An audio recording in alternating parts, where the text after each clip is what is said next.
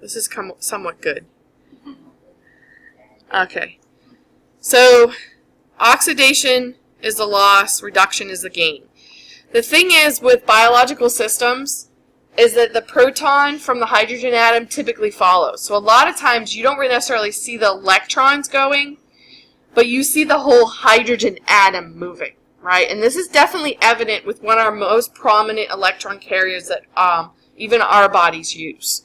And that is NAD, which stands for nicotinamide adenine dinucleotide. So it's a modified nucleotide, right? 2 nucleotides. So there's your phosphate, there's your sugar, there's your adenine, right? That's a nucleotide we have in DNA and RNA. Then you have another phosphate and a sugar, right? But instead of another nitrogenous base that you would normally see in a nucleotide, we have nicotinamide. There we go, right? Which is why it's abbreviated NAD. This is normally a positively charged molecule, which means that it's already lacking electrons, right? It's positively charged. It has more protons. It picks up electrons from other molecules. So in this case, malase turned into oxaloacetate. When that happens, when that removal of electrons and hydrogen ions, we form the electron carrier that's now been reduced, meaning it gained electrons. So now it becomes NADH, because in addition to electrons, it picked up a hydrogen atom. Still with me? Okay. So this happens in the Krebs cycle. It happens in glycolysis, right? We'll pick up electrons from breaking down glucose. When we do that, electron carriers like this one pick up those electrons and carry it to what system embedded in a membrane that takes electrons? It's abbreviated ETC, the electron transport chain. Remember that? Right? So just a little review, right, which it should be, but I don't know. Glycolysis is the splitting of glucose, right? And we break it into 2-pyruvate or 2-pyruvic acid, right? They are chemically different, but we're not going to get into the specifics of chemistry. Most of us use these two terms interchangeably. And that's okay for this level. So the 2-pyruvate plus 2 coenzymes A, right, is the gateway step that forms acetyl-CoA, 2 of them, that can then enter into what cycle?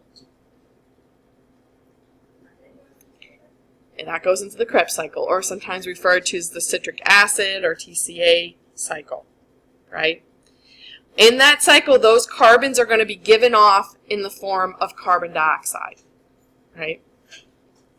And then we're going to regenerate the CoA so that we can keep going, right? This cycle is cyclic. It just keeps picking up products from glycolysis and going through and breaking down those carbons and giving them off in the form of carbon dioxide.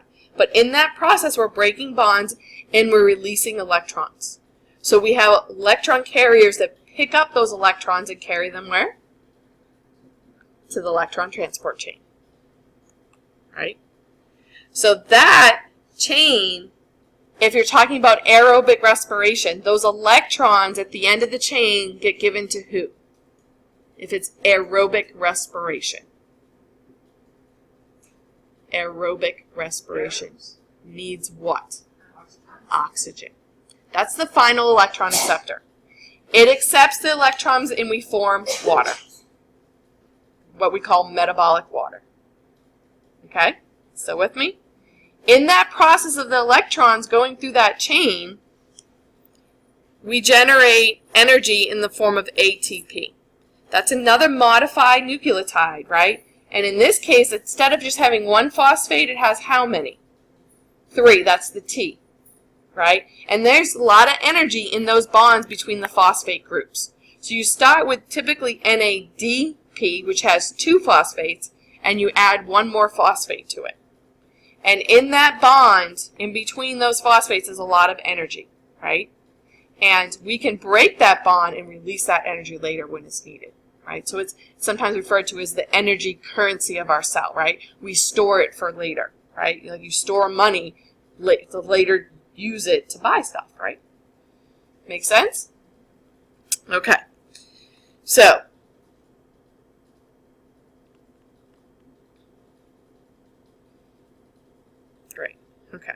I don't need to read all that to you guys. So the most common glycolytic pathway is the Eden-Meyerhoff-Preris, who usually gets left off, pathway. And it's for the breakdown of sugars, typically, of course, glucose, right, since it's called glycolysis. And glucose, carbohydrates, sugars are just carbon in water. For each molecule of carbon, you have a molecule of water. That's where they get their name, right? In the case of glucose, it's 6 carbons and 6 molecules of water. So we can take that molecule, and at the substrate level, right at the enzymatic level, we can use some of that energy of breaking down glucose into the 2 pyruvates and make ADP, right? Add the ATP. And make ATP by adding the phosphates to ADP. Oh my God, that one drives me crazy, right? The important thing is we're storing energy in the form of ATP, right at the substrate level. We don't have to go to electron transport chain, okay? Then we pick up some electrons, though, right, with NAD. Those are going to get carried to the electron transport chain. So at this point, we've got a little bit of energy. We've got a little bit of electrons we could use to make more energy.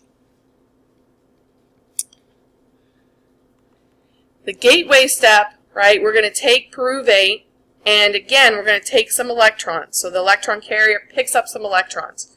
We're also going to remove some carbon in the form of carbon dioxide and add the CoA, the coenzyme A, to the carbon of pyruvate, and it forms a 2-carbon acetyl group. So there's the carbon dioxide we lose, right? There's the CoA we add to the molecule. And there are the movement of the hydrogen ions. It's not me, is it? Okay. So then we have our acetyl group, right? This group of 2 carbons, right? An oxygen and some hydrogen. This is an oxidation reduction reaction, right? Somebody's losing electrons, this guy. Somebody's picking them up, this guy, right? They got to go somewhere. So this then enters into the electron transport chain for the coenzyme. The acetyl-CoA binds with oxalate, right? And we lose the CoA, right? It can be recycled to go pick up some more pyruvate to convert into acetyl-CoA to go into this cycle.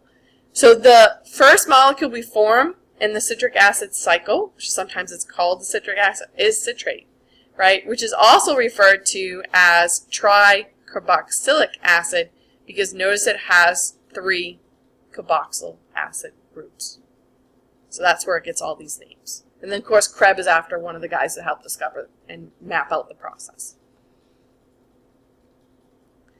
So this is a very simplistic view of the process, right? We're not going over all the enzymatic steps and all the intermediates. We're talking about what do we get out of this.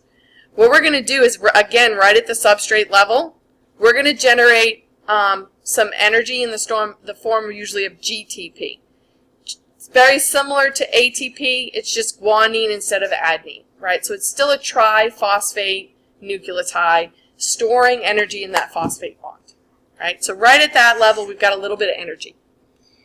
But we're going to pick up a bunch of electrons. For each turn of the cycle, we're going to pick up 3 electrons, right? 3 electron sets carried by NADH. A new electron carrier, FAD, is also going to pick up electrons and hydrogens to form FADH2,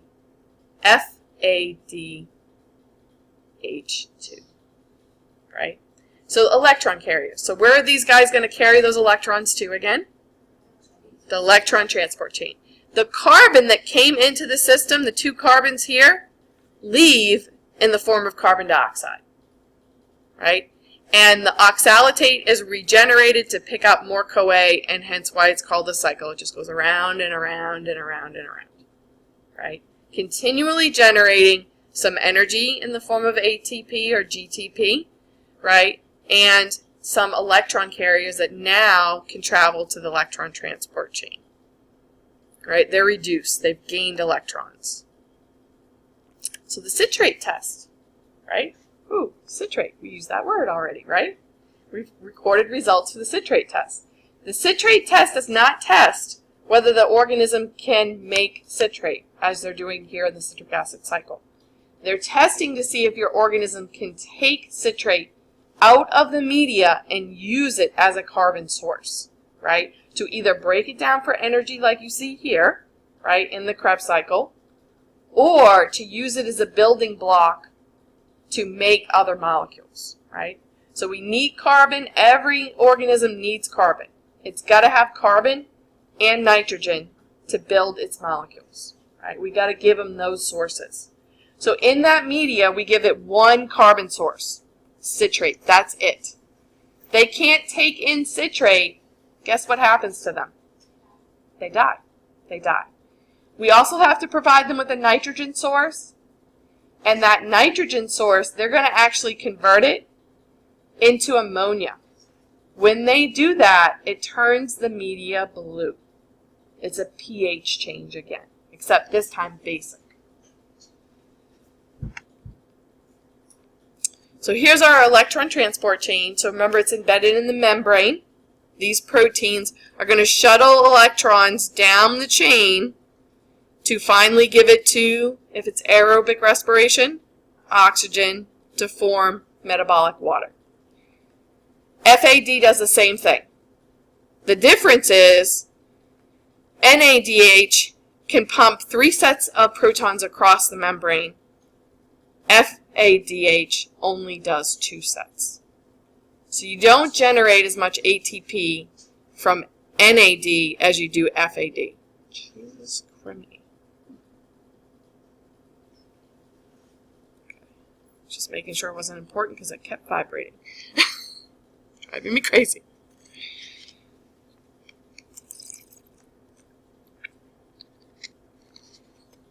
So, protons, right, are just hydrogen ions. It's a hydrogen that's lost its electron, right? So it's just a proton, right? So hydrogen ion, proton, same difference, right? Still with me? All right. So where does this happen for eukaryotes? What membrane has the electron transport chain? What organelle? Mitochondria. Mitochondria. For prokaryotes that don't have mitochondria, right, like bacteria, it happens in their cellular membrane, right? So that's where the electron transport chain is.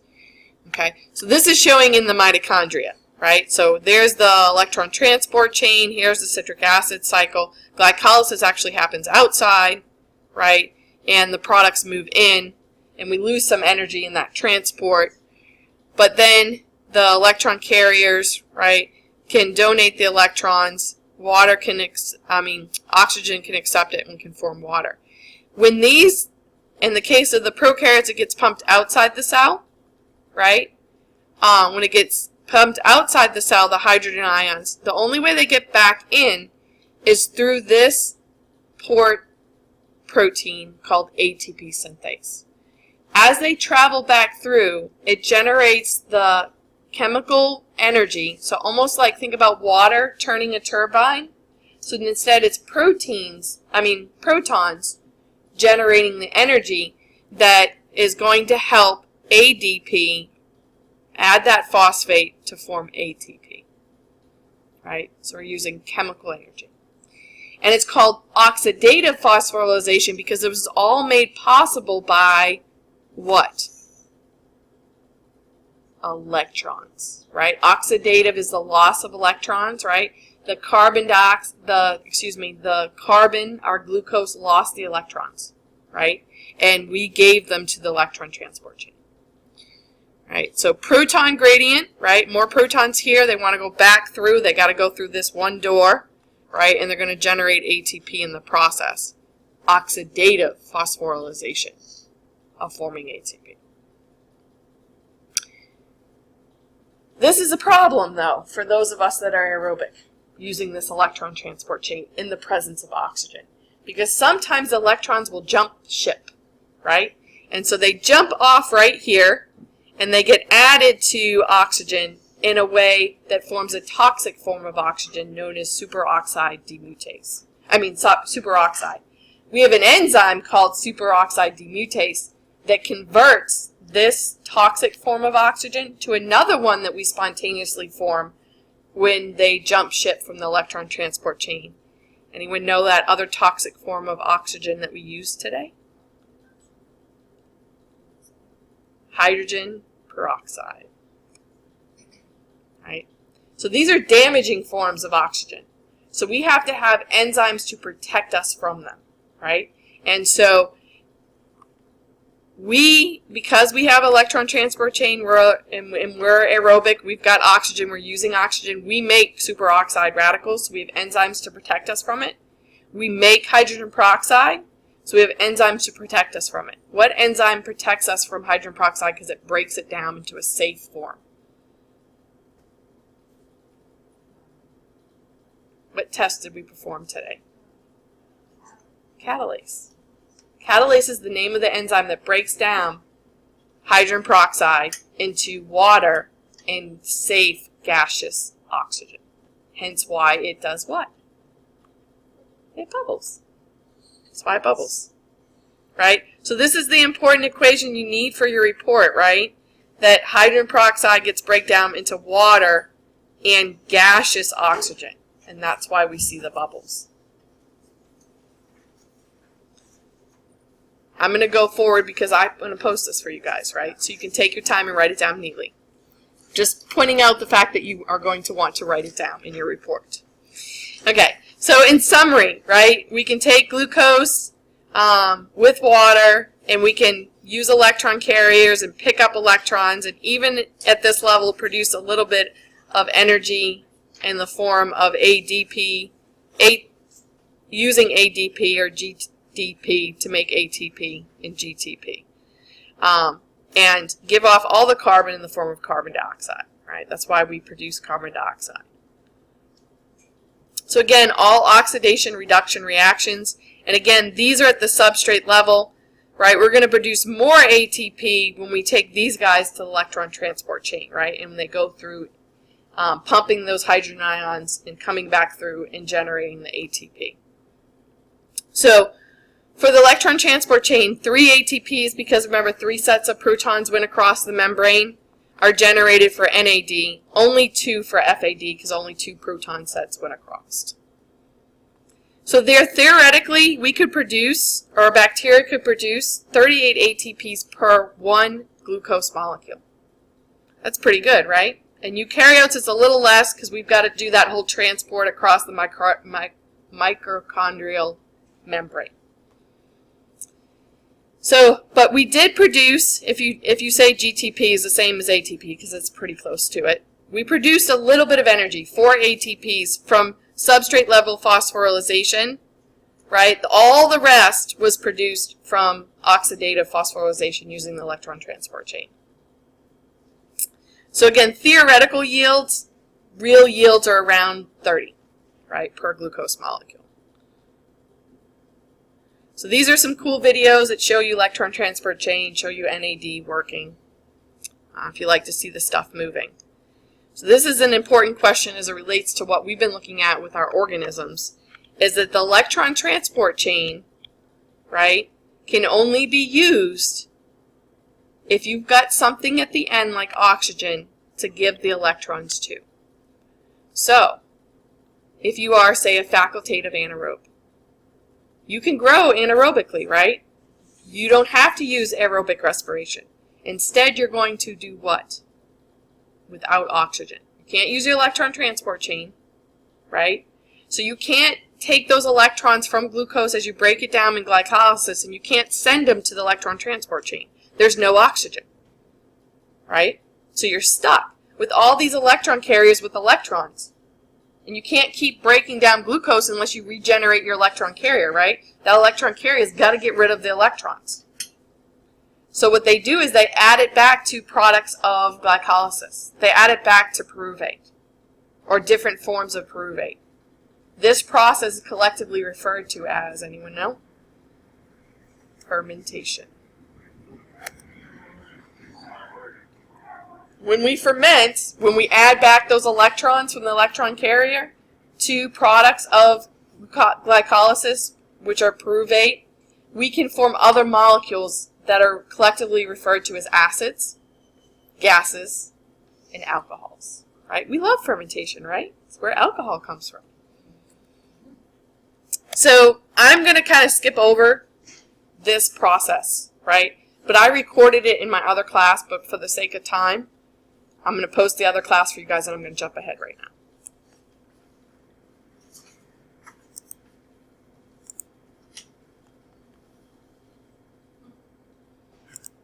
And we'll go to our questions from our homework. So, mixed acid fermentation. Which test tests for the ability of an organism to do mixed acid fermentation? So, lots of acid, right? This is your Methyl Red test. Yep. What reagent did we use in this test? The Methyl Red. What is Methyl Red? Why do we use it? We're looking for acid, right? What do we use to detect acids? A pH indicator, right? It's that simple. What do the products of this type of fermentation do to the pH of the media? So these are acids, right? What happens to the pH? It goes down, right? pH goes down in acidic environments.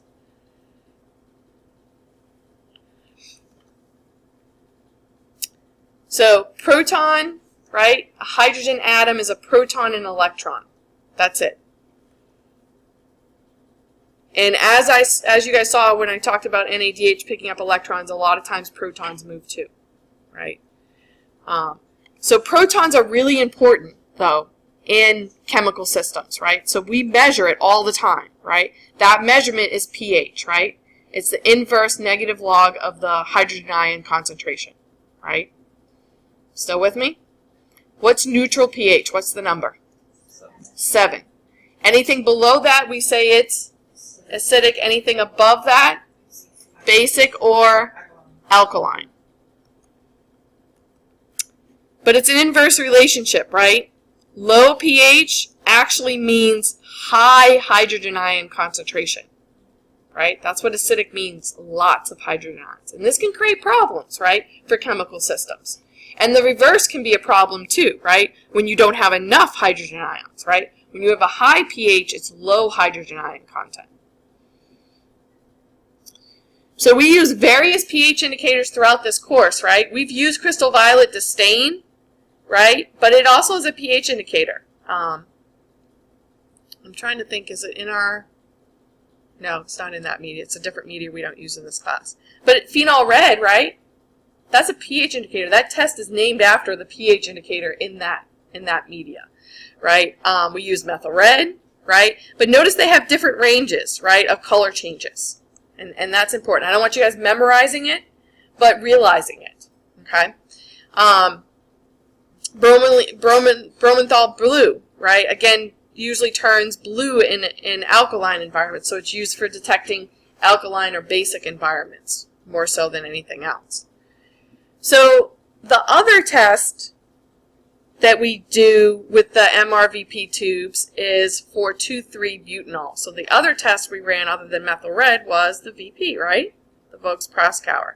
And this is the only test that we run on a fermentation product that's an alcohol, right? Butanol is an alcohol. So what reagents did we use? We used 2, right? And the order matters, right? You have to use the A first, which is alpha-nithamphenol, and then reagent B, which is potassium hydroxide, that really strong base. What intermediate product are we detecting in this test? So what do these reagents bind to? It's not 2,3-butanol. Anyone get it on their homework? Acetonin. Not to be confused, ladies, with acetone. Totally different chemical substance.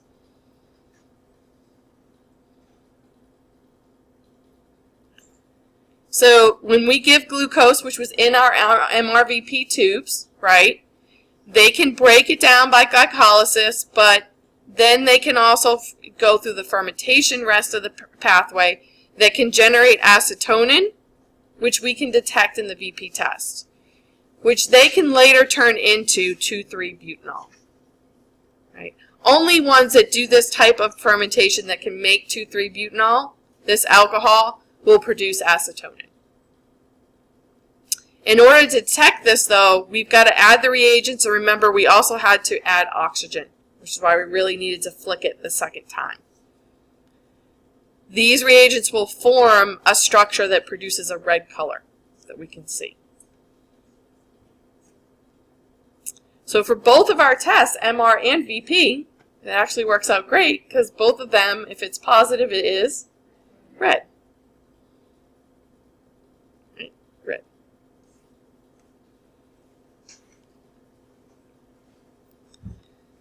So again, just a pH test, though, with the methyl red, it's the generation of a molecule that looks red for the VP.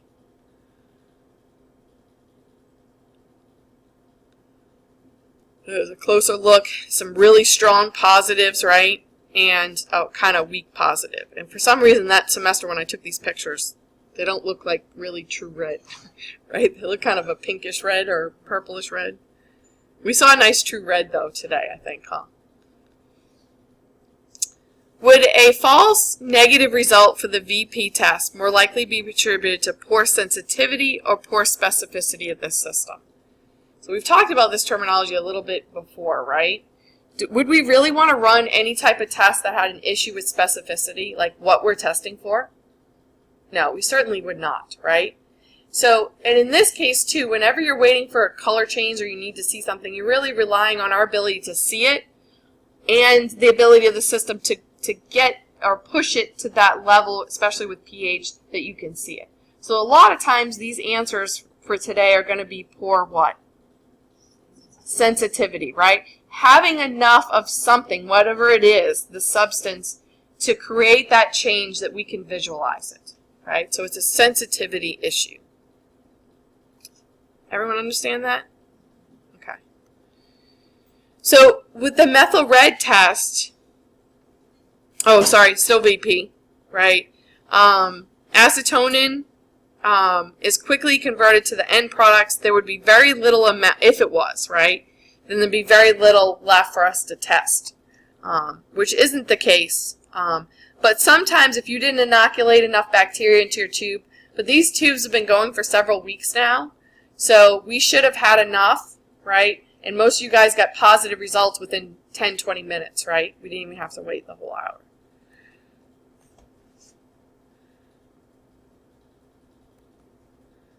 So why were you told to shake the VP tubes? Right, we needed to add in that oxygen for the chemical reaction to happen. So for our methyl red test, again, remember just a pH test, we put a few drops in, we could read that one immediately.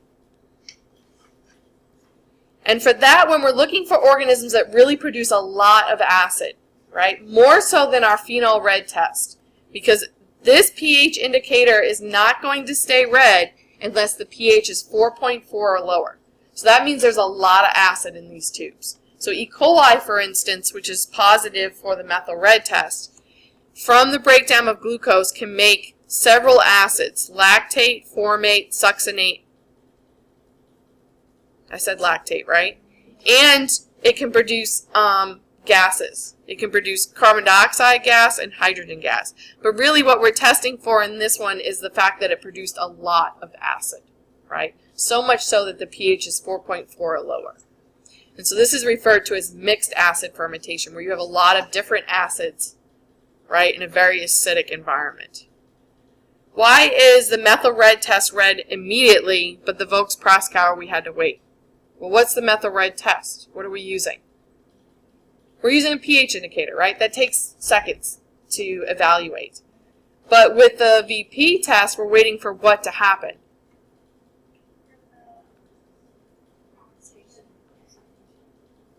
A chemical reaction, right? And chemical reactions aren't always fast, right? Sometimes they take time. And so in this case, especially when we're dealing with, we have to have enough of that for us to see with our eyes, right? We want to give it time to do that. So we need time for that chemical reaction to happen. Some microbiologists will re-incubate the organisms that are methyl red negative for additional 2 to 3 days. Why would we do that? So if it came out negative, it means the pH isn't that low, right? If we incubate it longer, what's going to happen? It's going to grow, right? It's going to ferment. What's it going to produce? More acid, right? So hopefully we produce enough that then it becomes positive, like it should. Again, not a problem in this class because these have been incubating for weeks instead of just a few days. So hopefully, right? And I think everybody got positive that was supposed to. So scientific method, moving on to phenol red. So phenol red, again, we're doing another pH test because phenol red is a pH indicator, right? Except here, we're not only just looking for acid, we're also looking for the production of an alkaline product, of ammonia. So we have a different coded system for this, right? There's just not positive and negative results, right? We record several different results. And you could test several different sugars, right? We're using glucose, but there's a multitude of different sugars that you can see if an organism ferments.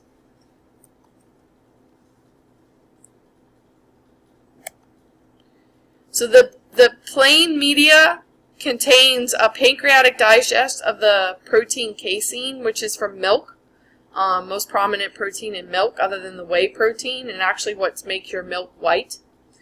That's the protein source. That's going to give it nitrogen, and it can also be a carbon source.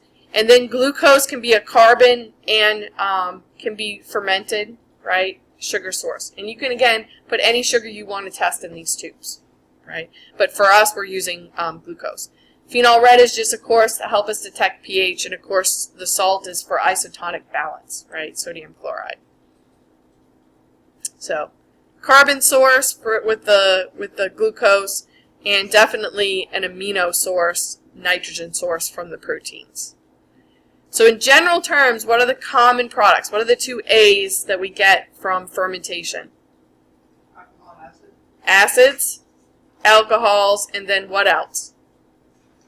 Gas. In this test, which one can we not detect in the phenol red test? We can't detect alcohol, right? Only one test we run can detect alcohol. Which one? 2,3-butanol. Which test tests for 2,3-butanol? The VP. So what's the pH indicator in the media? What's the name of this test? Phenol red. Right? This guy's got a different range than methyl red, right? This one will turn yellow, an indication of acid, at only 6.8, right? It'll be around neutral, it'll be orange. As it goes up, it's going to go from red to a magenta, right? That really bright pink color. Which I guess I should have changed that picture too, because I wanted that one to be a K. I knew I missed something. What color does the media turn if acid products are generated? Yellow. Yellow. Yellow is acid. Right? Yellow is low pH. Right? What color does it turn if alkaline products are produced? That pink magenta color, right? What does the Durham tube help us detect? Yeah, it traps the gas, right? So you'll see a bubble, right, where it's displaced the media and replaced it with gas. If glucose is fermented, what happens to the pH of the media? So if we ferment it, we produce what? Acid. What does that mean as far as pH? Low pH, right? Hence, again, below 6.8, so that's why it's yellow. If there's no bubble, then we code that A minus. A for acid, minus for no gas. Peptone, right, mixture of proteins, right, that's in the media, can be deaminated, can be broken down and form ammonia. This is a basic or alkaline product. So again, the media is going to change pink. We code this K, right, for alkaline. And this is actually an increase in pH, right? Remember, basic or alkaline is increase in pH, which means decrease in hydrogen ions. in the solution. So decarboxylation amino groups, right? Amino acids contain a carboxyl group and an amino group. You can remove the carboxyl group, that's decarboxylation, or you can remove the amino group, that's deamination. And that's what some of the organisms are doing, right, that are turning pink. They're breaking down the proteins, they're deaminating them. They're removing the amino group, right, and that's soaking up the hydrogen ions and creating the ammonia in the media that turns it that pink color. So, two of the commonly deaminated amino acids are L-orthine and phenylalanine. And that enterotube test that I told you guys about earlier tests for these two. If your organism deaminates these specific amino acids. And of course, it has specific enzymes that allow it to do that, if it can. So this is the tricky one that usually gets students, is this table coming up, right? So we worked with media that contains both glucose and protein. So your organisms had a choice to make, right? Do I eat the protein or do I eat the sugar? Most of them chose what? What was the color of most of your guys' tubes? Yellow, right? Yellow tells us what? They ate or fermented the sugar, right? They produced what product? Acid. So the pH went down and the tube is yellow. What happens if they ate the protein instead? pH went up, right? And it turned what color? Pink. What happens if the bacteria eat all the sugar and then start to eat the protein? Some of them are like me, right? I'll be eating the candy bar while the hamburger's on the grill, right? Got to get my quick sugar energy fix before I wait for my protein. Okay, so some of your organisms did that, right? So what's the final pH going to be? Well, it depends, right? It's going to go down first, right? So it'll turn yellow. But then we're going to get either orange or pink as the pH starts going back up as it starts eating the protein. Right? If you don't look at your tubes at the right time frame or they don't get refrigerated, you might get false results, right? Because you might see orange and be like, oh, it didn't do anything. It stayed neutral. Right? In the case of Suda's, she would notice the air bubble and be like, well, air bubble only gets there from what? Fermentation. So mine must have ate the sugar, but why is my tube orange or pink? It started eating the protein, right? So sometimes as a control set, they will do protein-only tubes, no sugar in it. So what's the only possible result we could potentially get in these tubes? Just pink. That's it, right? We can't get acid, we can't get gas because we have no sugar. Still with me? All right, so these are pictures of those cool tubes, right? So here, right, we've got the yellow, but then we've got the orange coming in. What's the difference between these two, though? One has a bubble. You see that bubble, right? So this one is acid, no gas, starting to go alkaline, right? So weak alkaline result. Here, acid and gas, weak alkaline result. So with these interpretations, right, remember, they have a choice in our tubes, sugar or protein. So we can get all the results we've talked about, right? You can get acid and gas, acid, no gas, or you can get alkaline products, K. In the control tubes, the protein only, what is the only reliable result you could get? If you only have protein, what's the only reliable result you could get? Pink. So if we see acid, gas, what does that mean?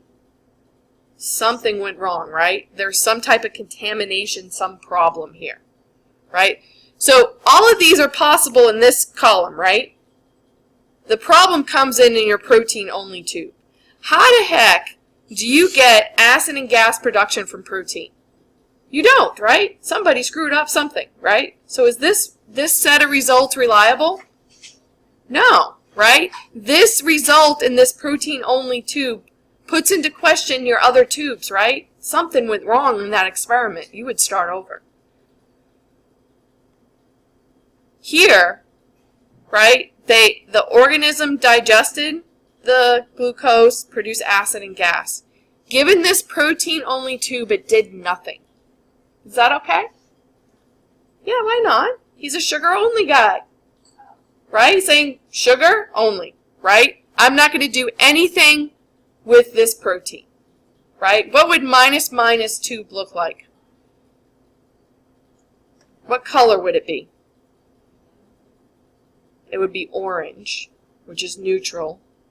And would it have any gas? No. Right? Minus is no gas.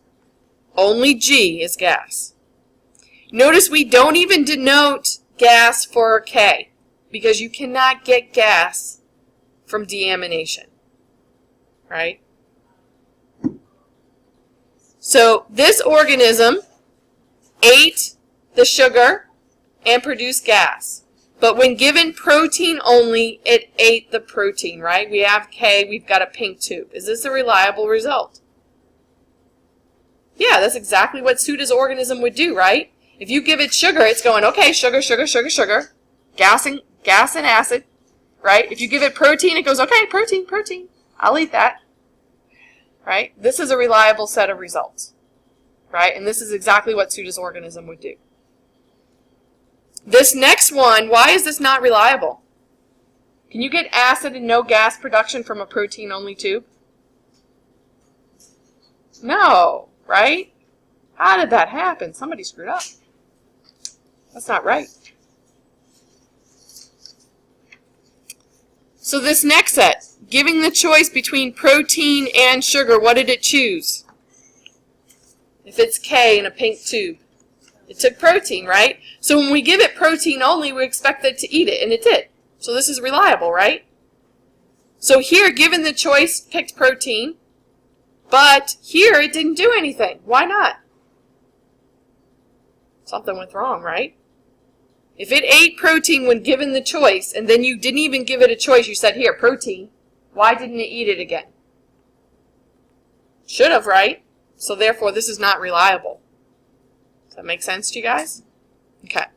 So here, given the sugar choice, it fermented the sugar but didn't produce any gas, right? So we just have acid, no gas. Here, given protein, it ate the protein. Is that a reliable result? Sure. That's your organism, right? Yeah. Your organism would eat the sugar first, right? But if you gave it just protein, it's going to eat it, right? So this is a reliable result. Is this last one reliable? No, because it's saying that, for one, here it produced no gas, and then all of a sudden over here it's producing gas. What's going on with that? Not to mention this is a protein-only tube, and should you ever see acid and gas from proteins? No, this is not reliable. What's going on here? Somebody messed up. Make sense? Right? So it's all about what they're eating, right? And what results you could get. So suppose you have a slow-growing fermenter, which means it's going to ferment, right? He's just going to do it slowly. So you see the tube, it's orange, right? And so you record it as negative for fermentation, right? Is that a true negative result? No, he's just slow. Give him some more time, right? That's a false negative result. I said I could look over here because I used the term sluggish earlier. Yeah.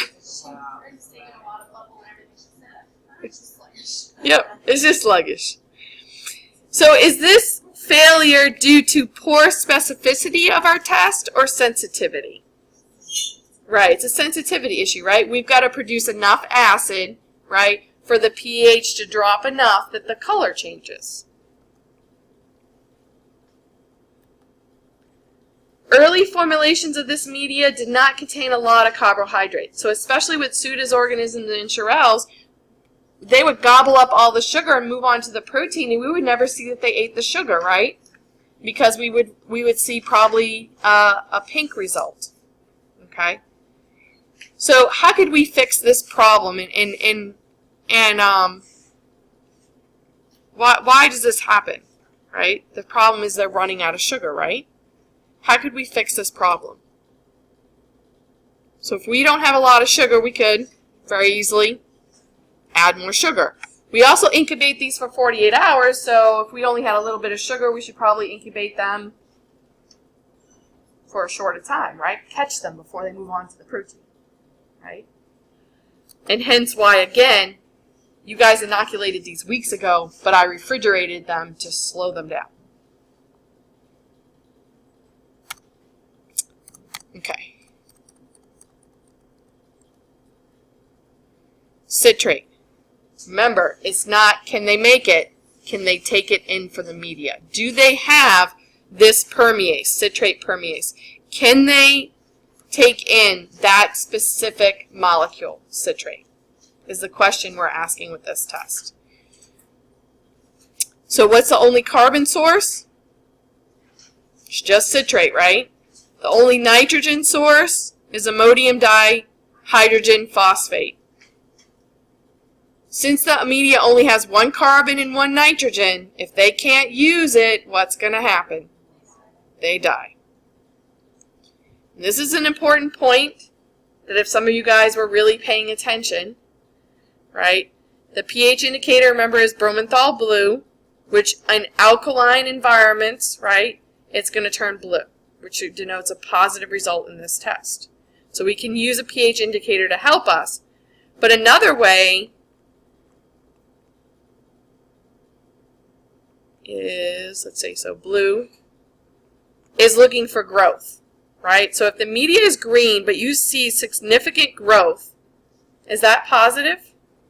Yes. But there's a reason why I tell you guys not to look at growth.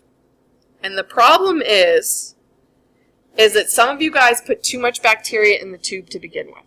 So then you look at it and you think there's growth. But in fact, what you're seeing is called a heavy inoculum. You put too much bacteria in there to begin with. Right? And you guys are beginning scientists, so it's hard sometimes for you to tell the difference between a heavy inoculum, right, and growth. But trust me, the ones that have growth, you can see it. But these tubes, again, are several weeks old. So at this point, if they really did grow, they've had plenty of time, even if they're slow, right, to produce, hopefully, enough to turn it blue. So I usually tell you guys just to record positive if your tube is clearly blue, right? But, you know, of course, problems could happen, right? You could not have inoculated enough and get a false negative result. And again, so false negative, right, would be if you didn't see that blue, right, and didn't note that it was actually growth you were seeing and it just needs more time. So is this sensitivity or specificity? Again, still sensitivity, right? We got to have enough ammonia to get that blue color change. All right, catalase. That's our last one, right? Thank goodness. Okay, so this is the longest day of hell. Okay, flavoprotein is an electron carrier that passes electrons to oxygen. But again, remember sometimes electrons don't make it there and they jump ship early. And they're going to form superoxide radicals. So we have an enzyme to protect us. It's superoxide demutase. And what that guy does is take those oxygen radicals and form hydrogen peroxide, which is still toxic, but not as toxic as their superoxides. But then we have another enzyme that will then break down the hydrogen peroxide into safe gaseous oxygen and water. That's called catalase, right? And that's the test that we perform today. So think about this. Who needs catalase? Anybody that has an electron transport chain and has what as their final electron acceptor? Oxygen. And living in an oxygen environment, right? because you're going to produce these toxic forms of oxygen. There's one organism in this class that's catalase-negative. Because guess what? Is it doing aerobic respiration? Nope. Right? That was my negative control. And of course, Christy's not here today. That's hers. She messed it up, right? She wasn't going to have anything exciting to look at. It wasn't going to bubble, right? Hers is negative. It doesn't do aerobic respiration. Instead, it's doing fermentation, right? And so not utilizing electron transport chain, not generating these toxic forms, so therefore it doesn't need catalase. Make sense? All the rest of you guys have got to have catalase, right? Otherwise you're going to die, including you, right? We are aerobes. We are catalase positive. Our cells make this to protect us.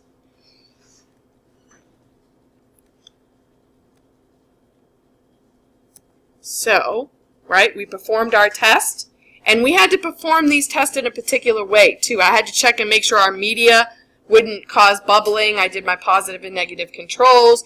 You guys put your bacteria on the slide to start with, right?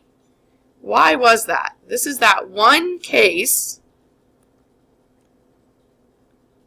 a false positive from the reaction between the inoculating loop and the hydrogen peroxide would be caused by poor specificity or sensitivity of this test.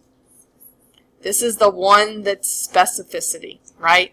Because you don't know, is it the metal loop or your organism causing that reaction? That's why the order of this test matters. You have to put the bacteria on the slide first and then add the hydrogen peroxide as we did, right? Because if you add the bacteria with the loop to the hydrogen peroxide at the same time, you don't know what's causing the reaction, the loop or your organism. So this is a specificity issue, which can easily be taken care of by following protocol, right?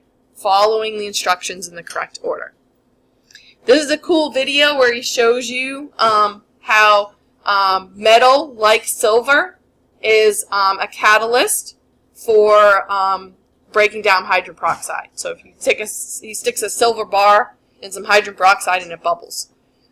Gold does not, though. So that was a little test he was doing. So if a weak catalase positive organism, right? So for some of you guys, you did it on your slide and you didn't really see bubbling, right? It was hard to see. And I didn't have you look at it under the microscope because we were going to follow it up using a whole lot more bacteria by adding it to your slant. But if you didn't see your bubbles, right, and you stopped there, you could potentially record a false negative result. And this would be attributed to sensitivity or specificity. Right, sensitivity. You're not able to deduce or see those bubbles with your naked eye.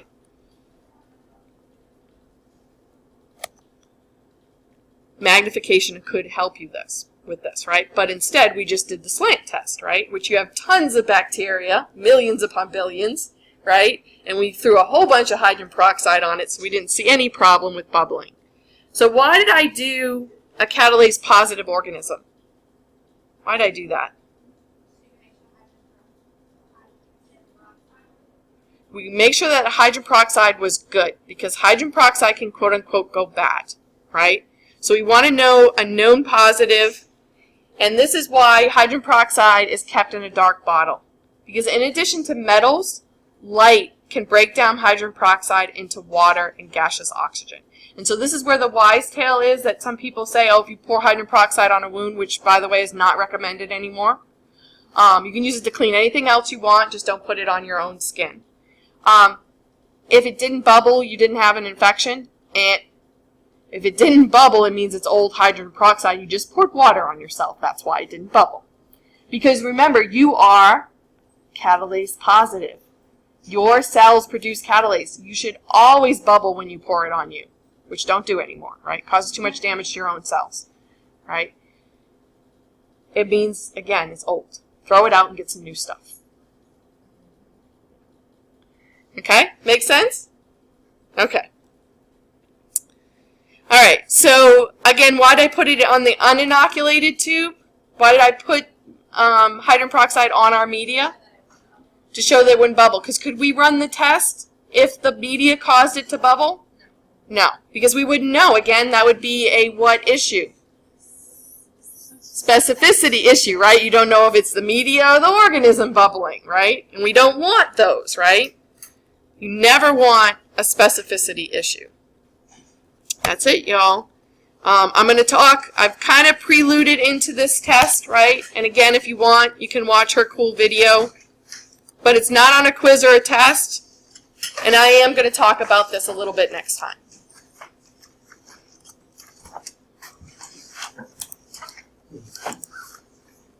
And I will turn on this PowerPoint for you guys.